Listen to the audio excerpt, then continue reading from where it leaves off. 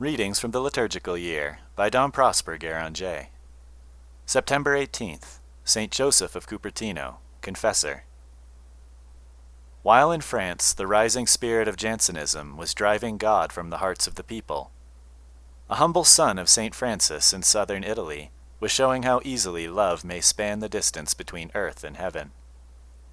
"And I, if I be lifted up from the earth, will draw all things to myself," said our Lord. And time has proved it to be the most universal of his prophecies. On the Feast of the Holy Cross, we witnessed its truth, even in the domain of social and political claims.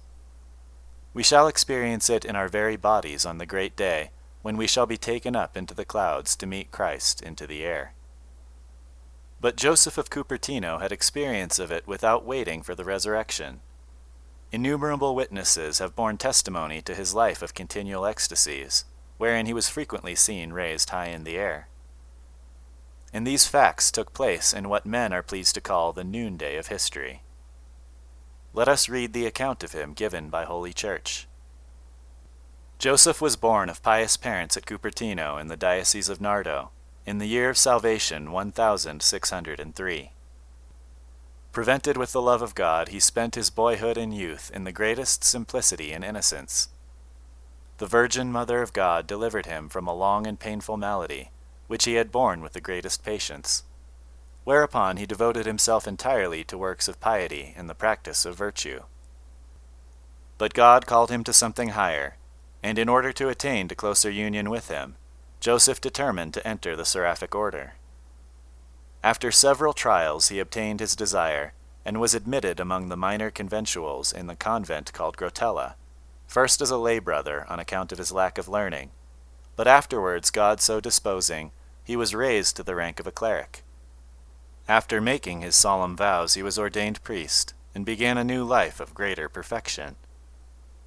Utterly renouncing all earthly affections, and everything of this world, almost to the very necessities of life, he afflicted his body with hair shirts, chains, disciplines, and every kind of austerity and penance, while he assiduously nourished his spirit with the sweetness of holy prayer and the highest contemplation. By this means the love of God, which had been poured out in his heart from his childhood, daily increased in a most wonderful manner. His burning charity shone forth most remarkably in the sweet ecstasies which raised his soul to God, and the wonderful raptures he frequently experienced. Yet, marvelous to tell, however rapt he was in God, obedience would immediately recall him to the use of his senses. He was exceedingly zealous in the practice of obedience, and used to say that he was led by it like a blind man, and that he would rather die than disobey.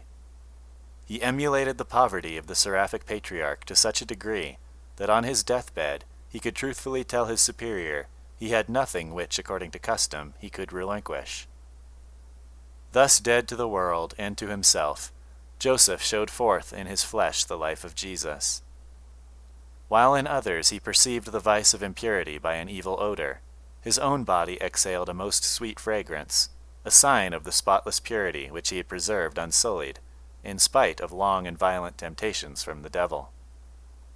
This victory he gained by strict custody of his senses, by continual mortification of the body, and especially by the protection of the most pure Virgin Mary, whom he called his mother, and whom he venerated with the tenderest affection, as the sweetest of mothers, desiring to see her venerated by others, that they might, said he, together with her patronage, gain all good things.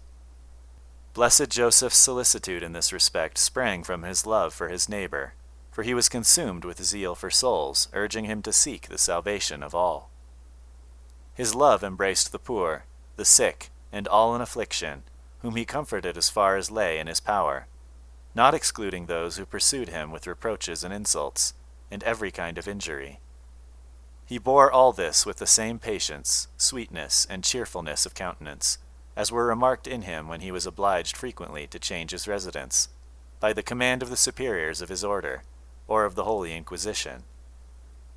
People and princes admired his wonderful holiness and heavenly gifts, yet such was his humility, that thinking himself a great sinner, he earnestly besought God to remove from him his admirable gifts, while he begged men to cast his body after death in a place where his memory might utterly perish.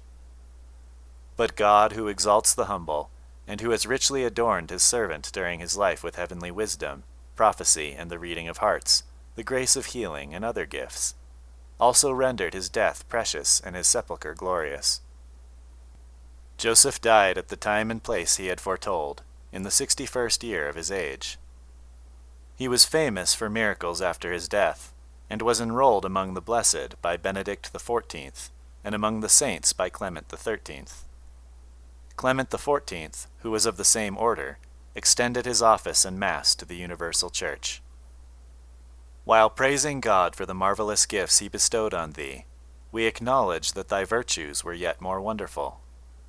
Otherwise thy ecstasies would be regarded with suspicion by the Church, who usually withholds her judgment until long after the world has begun to admire and applaud. Obedience, patience, and charity, increasing under trial, were incontestable guarantees for the divine authorship of these marvels, which the enemy is sometimes permitted to mimic to a certain extent. Satan may rise as Simon Magus into the air. He cannot make a humble man.